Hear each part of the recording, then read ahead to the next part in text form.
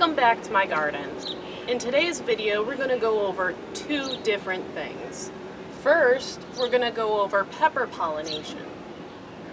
And at the end of the video, we're going to finish it off by explaining and showing the differences between different tomatoes grown differently. So, I'm going to bring you in closer, and we're going to start over here with a pepper plant. Hi guys, today I'm pollinating some flowers. So pepper flowers are self-pollinating, which means you don't need two flowers to pollinate them. All you have to do is flick the center of the flower around a little bit to jostle the pollen and everything together. Like this? Just like Anastasia is doing, but you want to be gentle so you don't break the flower. And you don't need to do much. Yeah, I'm gonna do much. But as you can see, I have the open flower over here, No. and I have flowers over here that are about to open up, as well as this one that should be open tomorrow. Now, I want to bring your attention to the stem of the flower. Some stems have a yellow tinge and others don't. Not all pepper flowers will pollinate. As you can see, this one is starting to yellow up after it closed off, and the flower is still on it. It hasn't quite fallen off. And yes, I have pollinators this year. Whereas this one is not that yellow and it's still hardy looking. But down here, this one is a little on the yellow side as well. When you have the yellowing on the stem, chances are that pepper is not going to take. But I am going to pan you over to another pepper. This, I believe, is a red hot chili pepper, and the next one I believe is a Tabasco. I'm not 100% sure, as my husband got them for me and they didn't have any tags.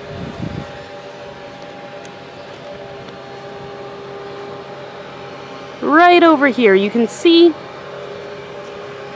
the flower right here, and the stem is a nice dark green with a little brown. I just gently jostle it around, but what you can see is there is a pepper growing in the center here. I also have another one over here that dropped its flower last night or early this morning. And the stem is still a nice green shade. It hasn't started to yellow. These are most likely going to fully ripen. Now, I've noticed this has been a tough year for peppers, as after I planted my peppers, they were stunted. They didn't do much of anything. And I thought that they weren't going to grow. So my husband very nicely got me a whole bunch of peppers so that at least I have some peppers. And once it heated up, my peppers started to take off and grow. I know, surprised I was. But some of the peppers that he did get me are having an issue. And I do believe that that issue is caused by transplant shock. So I'm going to bring you over to some green bell peppers and show you what I'm talking about.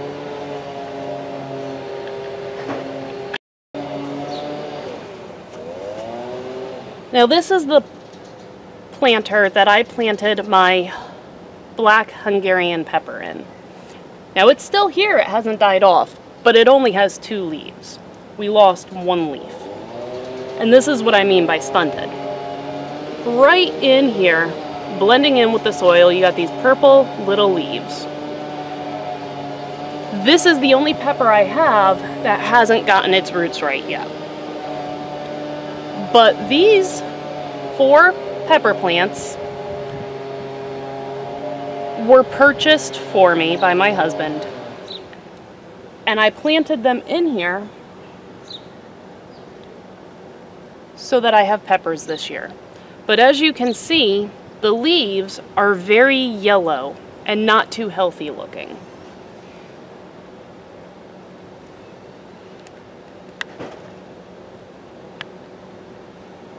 But if you look at the top, the new growth is coming out darker and greener than the rest.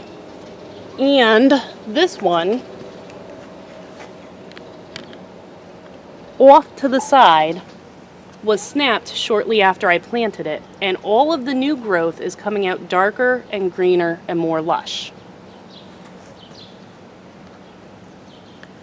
Same thing with this one, which has already started to put out flowers, and this one with the nice deep purple stem is starting to grow a pepper. However, the stunted peppers is not the story for all of them. In my next pot over, these, with some leaf edema because it's been raining nonstop for a week, these 3 peppers are 3 of the Carnival peppers that I planted. This one is one of the bell peppers I purchased, and this itty bitty leaf down here is the 4th Carnival pepper that I had in the plant. Don't be discouraged if you have anything going on with your peppers. Just keep treating them the way that you treat the rest of your peppers. You're going to have flower drop, pepper drop, and even leaf drop. Everything you could think of when it comes to your peppers, because they're very sensitive plants. If it's too hot, if it's too rainy, if it's too dry, if it's too cold, they're not gonna produce the best that they can. However, they will outgrow that. So keep watering them, let them dry out, water them again. Keep pollinating those flowers, because eventually they're going to start growing fruit. As you can see, what I had given up on myself is growing and looking much better than the other peppers I brought in. So now I'm also going to show you the comparison of the tomato plants. The tomatoes that I grew from seed are wonderful. However, my husband also brought me in some tomatoes because he thought they were a little too small for the season. So panning over, I will move you in closer, but those are the majority of my tomatoes. These 2 tomatoes that you see in shot are my Rapunzel tomato and my chocolate cherry tomato plant. I grew these from seed, and as they grew up, I piled the soil up along their stem so that they would put out more roots and have a better support system to produce to the best of their ability. They're really lush green, and their stems are extremely sturdy, hardy, and large. And as you can see, I'll probably give you a panoramic view of the chocolate cherry.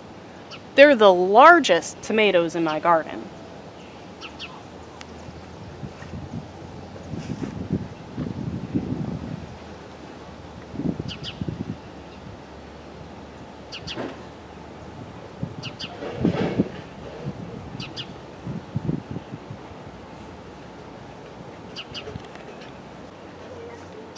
There are plenty of suckers coming off of this chocolate cherry tomato, and instead of snipping them off, because I know they have the root system to support them, I'm simply loosely tying them to the tomato cage, which this plant has already more than outgrown.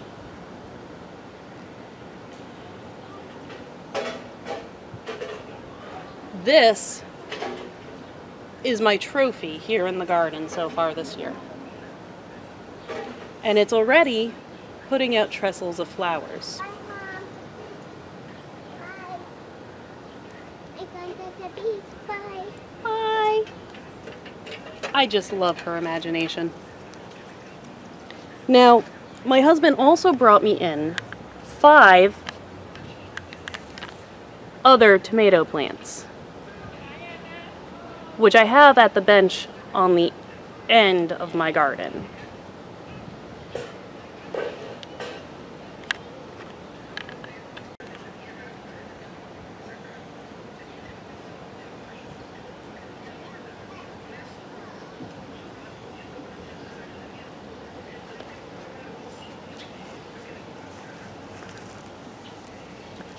As you can see, they're already putting out fruit. However, if you look closely, their stems are a little flimsier and they're not as dark, lush green as the rest of the tomatoes in my garden. Now this is because when I finally took them out of the pot they came in and put them into the soil, I realized their seed leaves were still above the soil. They did not have the soil built up around them to build up their root system. So no matter what I do to them this year, they're not going to be as lush and sturdy and hardy as the rest of my tomatoes because they don't have the buildup in their root system. So yes, they put out flowers and fruit before the rest of them. However, they more than likely will not be able to produce as much as the tomatoes that I grew from seed and tended and cared for to produce their root system. Now most people, when they purchase pre-grown plants for their garden,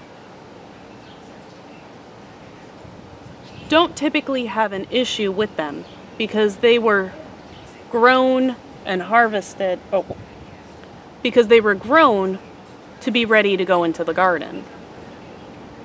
However, if you go through a dry spout, you're going to be watering them more than you would if you grow your plants from seed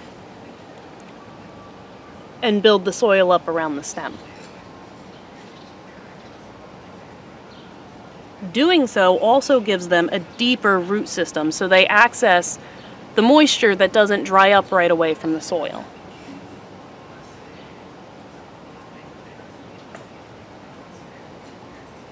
And your store-bought tomato plants are more than likely going to have flower drop, fruit drop, and blossom end rot if you don't keep up with that watering. If you let them dry out too much in between waterings, they're not going to be able to take the calcium out of the soil.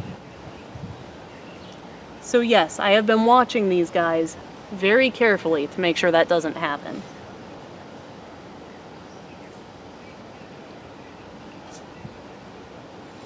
So I hope you enjoyed this video, and I look forward to seeing you in my next video, where I give you a tour of the garden and show you how much everything has grown. Until next time.